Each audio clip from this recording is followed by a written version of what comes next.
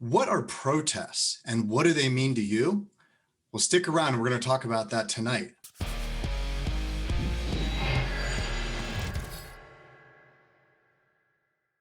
But first, good evening, Agile acquisition enthusiasts. Welcome back to the Underground Digital Tiki Bar. It's Friday night, and that means it's time for another episode of Agile Acquisitions and Alcohol.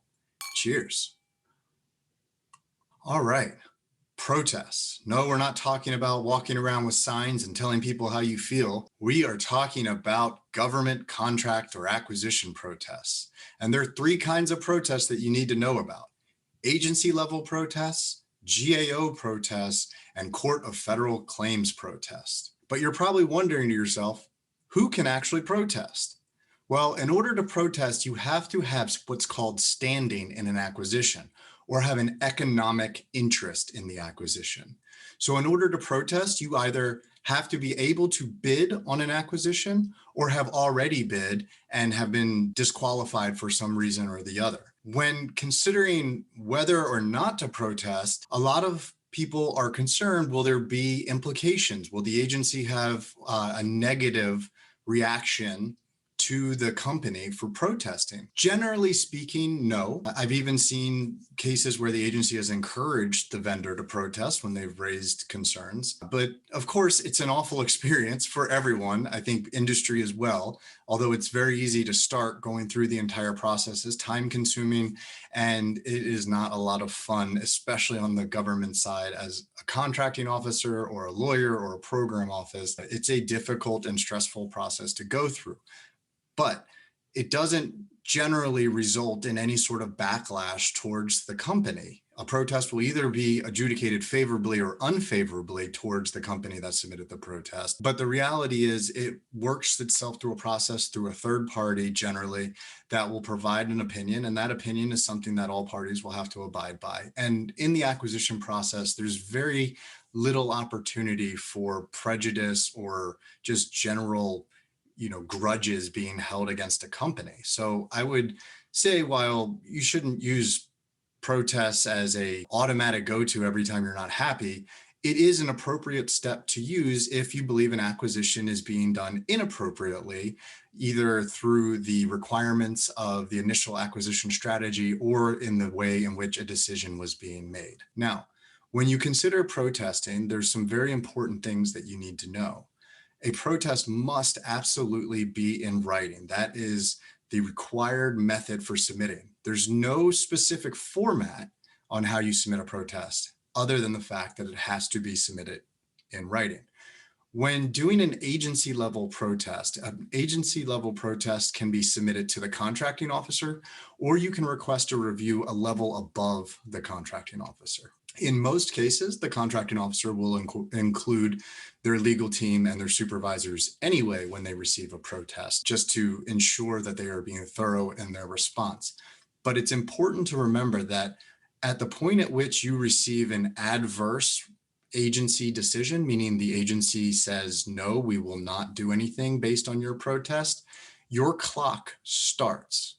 And what I mean by your clock starts is you have a 10-day window to submit a protest to GAO. That window begins at the point at which you become aware of a protestable issue. Now, that clock doesn't necessarily start if you begin with an agency level protest. So it's not 10 days from the point at which you determine a protest would be appropriate.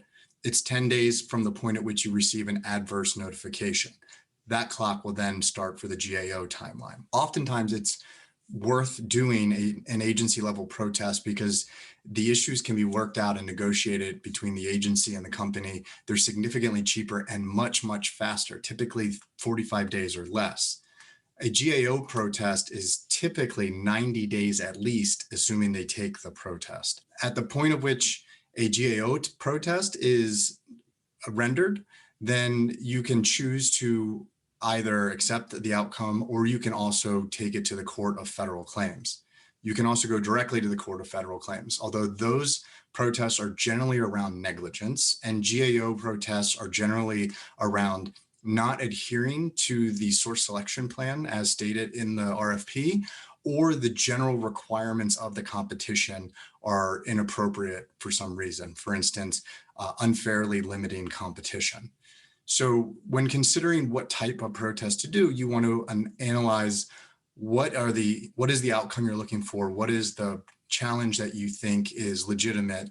And what is the likelihood of the organization acknowledging it and taking action? A GAO protest may allow an acquisition to continue unless you also request a stay.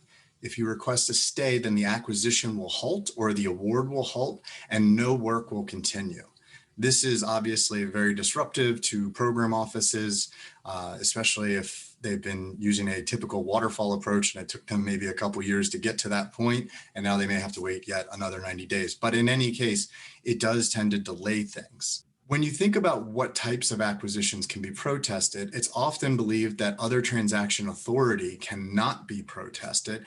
And I do believe that when legislators created other transaction authority outside of the FAR, they intended that it could not be protested to GAO.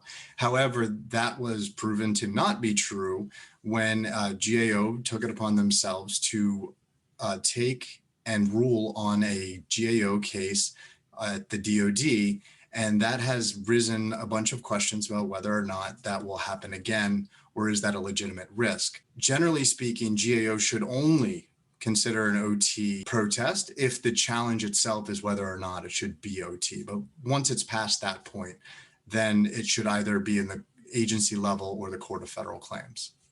So there you have it, the little introductory overview of protests, when to use them, how to use them, what type there are, and who's involved. I hope you found this helpful. If you have any questions, happy to dive a little deeper into this, and I'll post some links on the bottom below to help you do your own research if you want to get a little bit deeper into the subject matter.